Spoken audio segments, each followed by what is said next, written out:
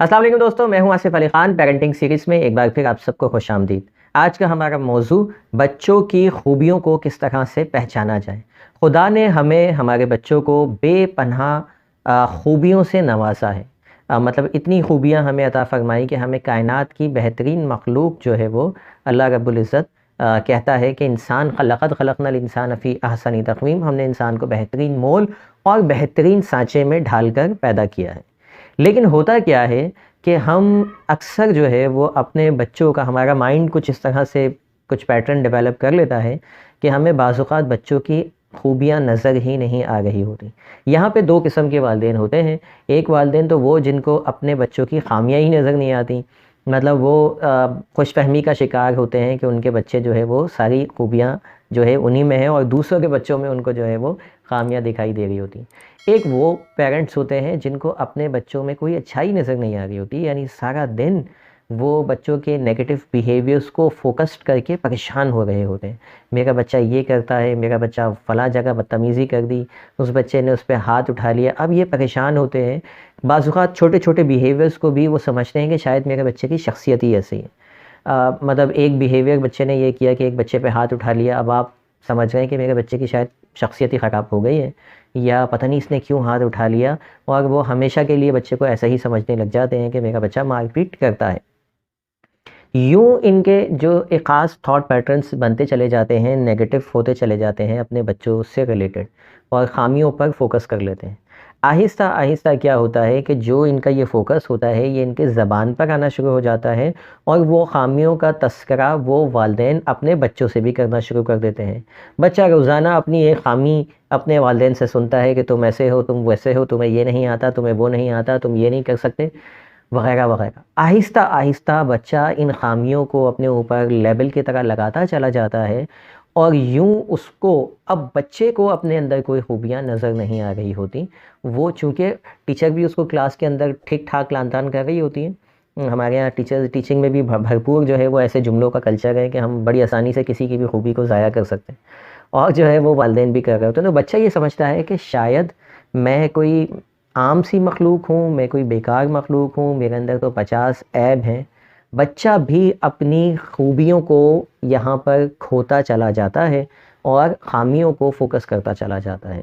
यूँ बच्चे के अंदर लैक ऑफ सेल्फ़ कॉन्फिडेंस, यानी ख़ुद अदम एतमादी जिसे आप कहते हैं, कि एतमाद की कमी जो है वो, या लो सेल्फ़ एस्टीम, सेल्फ़ रिस्पेक्ट, ये तमाम जो इश्यूज़ हैं ये जन्म लेना शुरू कर देते हैं। बच्चा इस तरह की ज़हनी व जज़्बाती मसाइल के अंदर उलझता चला जाता है, और कुछ जब वो बड़ा होता एक वक्त ये आता है कि बच्चा अपनी खूबियों को भूल चुका होता है। बच्चे की सेल्फ़ रिस्पेक्ट ख़त्म हो चुकी होती है, वो अपनी कदर जानता नहीं, अपने आप की शनाख्त पहचानता नहीं, और अपने आप को एक लो दर्जे का इंसान जो है वो समझने लग जाता है, और ऐसे ही एक एवरेज ज़िंदगी गुजारने लग जाता है। ज़रा सोचिए, एक जो है उक़ाब है, वो नहीं जानता हो कि उसके अंदर उड़ने की सलाहियत है, वो पहचानता ही ना हो, वो अपनी इस खूबी से महरूम हो जाए, तो उसकी ज़िंदगी कैसी होगी? ये वो फिर वो शेर है ना कि नहीं तेरा नशेमंद कसरे सुल्तानी के गुंबद पर, तू शाहीन है बसेरा कर पहाड़ों की चट्टानों पर।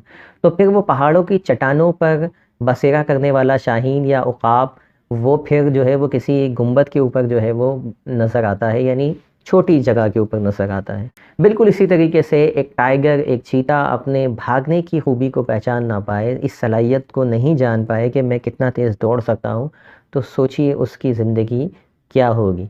बिल्कुल इसी तरीके से जब आपका बच्चा या हमारा बच्चा अपनी सलाहियतों को नहीं पहचान पाता, ये तो इनके अंदर, ये जो मैंने जानवरों की मिसाल दी, इनमें तो 1-2 खूबियाँ हैं।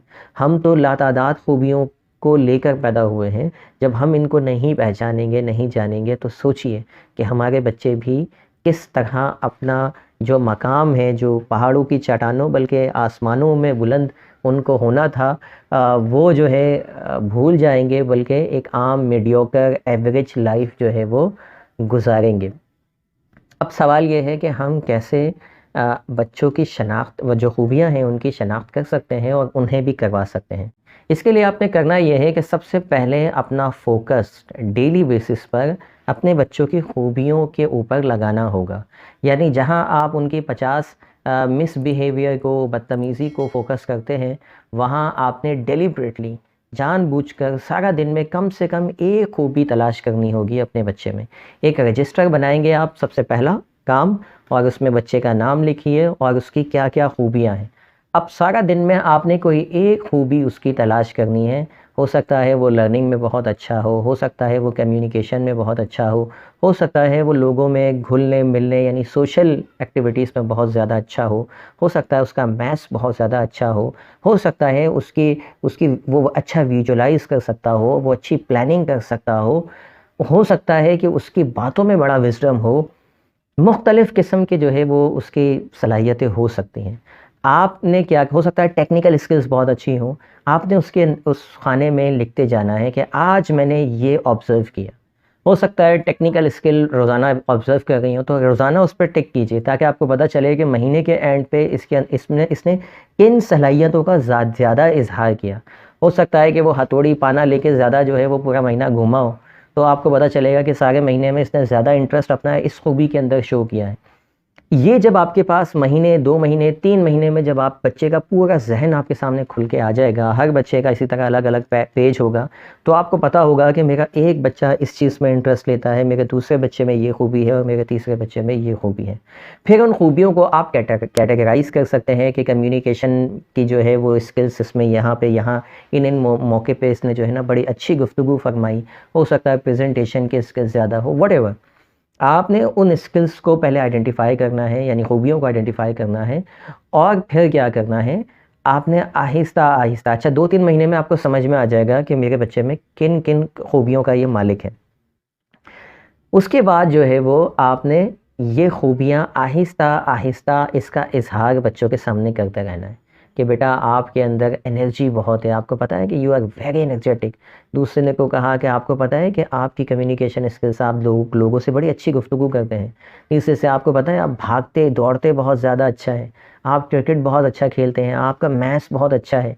आहिस्ता-आहिस्ता इन खूबियों का तस्करा करना शुरू करना है बच्चों के सामने। बच्चों के ज़हन में ये जो खूबियाँ होंगी, ये जो आपके अल्फाज होंगे, ये बीज बन के बरसेंगे।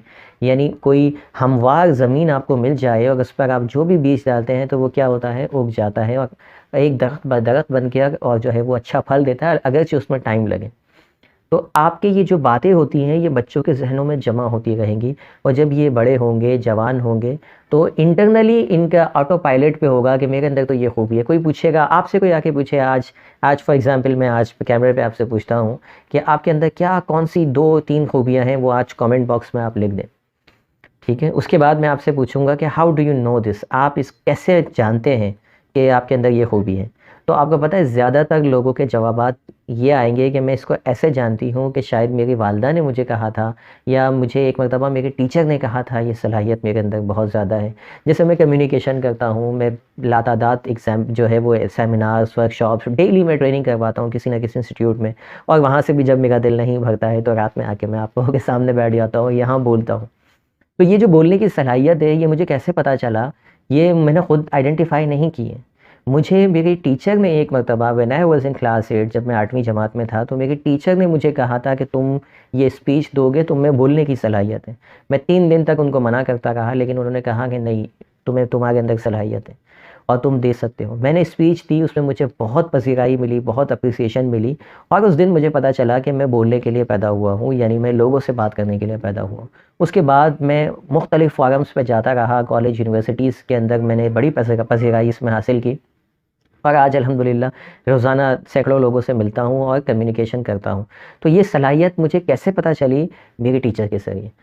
आज भी मैं उनको रिगार्ड करता हूँ, क्रेडिट देता हूँ उनका। बिल्कुल इसी तरीके से अगर वो बीज डला ही नहीं होता, अगर उन्होंने टीचर ने मुझे बताया ही नहीं होता तो शायद ये सलाहियत मेरी दब जाती, मर जाती, ख़त्म हो जाती और आज मैं इस तरह लोगों को फ़ायदा नहीं पहुँचा रहा होता जिस तरह मैं अभी पहुँचा रहा हूँ। बिल्कुल इसी तरीके से कहीं ऐसा ना हो कि आपके बच्चे का टैलेंट भी ख़त्म हो जाए और वो जाने बिना ही चला जाए दुनिया से, यानी कि कभी ना कभी तो सबको जाना है, वो टैलेंट ऐसे ही ख़त्म हो जाए।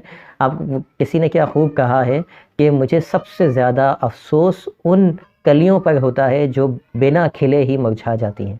मतलब कितना ज़बरदस्त वो ये शेर है कि उन कलियों पर जो बिना मुस्कुराए बिना खिले जो है मुरझा जाए। बिल्कुल इसी तरीके से हमारे बच्चों के टैलेंट भी बिना खिले ही मुरझा जाते हैं। हम उनको ना खुद आइडेंटिफाई कर पाते हैं, ना जो है वो बच्चे खुद कर पाते हैं। आज से आप लोग अपने बच्चों की भरपूर खूबियों को तलाश कीजिए, जर्नल बनाइए, उन खूबियों को बीज की तरह उनके दिमाग में फेंकते रहिए। कब तक फेंकते रहिए भाई? जब तक बच्चे हैं बच्चे, यानी 1 साल से लेकर आप उनको 15-20 साल तक, जब तक आपका साथ है, कोई ना कोई खूबी उनको बताते रहें। जब आप दुनिया से रुखसत हो जाएंगे तो वो आपको इसी नाम से याद रखेंगे कि कोई था जो हमें हमारी खूबियाँ बताता था, ना कि इस बात से कि कोई था जो हमें हर वक्त हमारे खामियों के पीछे लगा रहता था। तो उम्मीद है ये लेक्चर आपको अपने बच्चों की खूबियाँ पहचानने में मदद देगा। मिलते हैं इंशाल्लाह किसी और वीडियो के साथ, किसी अच्छे पैगाम के साथ। हमारा चैनल आपने सब्सक्राइब नहीं किया तो वो कर लीजिए, वीडियो को लाइक लाजमी कीजिएगा। Thank you for watching. अल्लाह हाफ़िज़।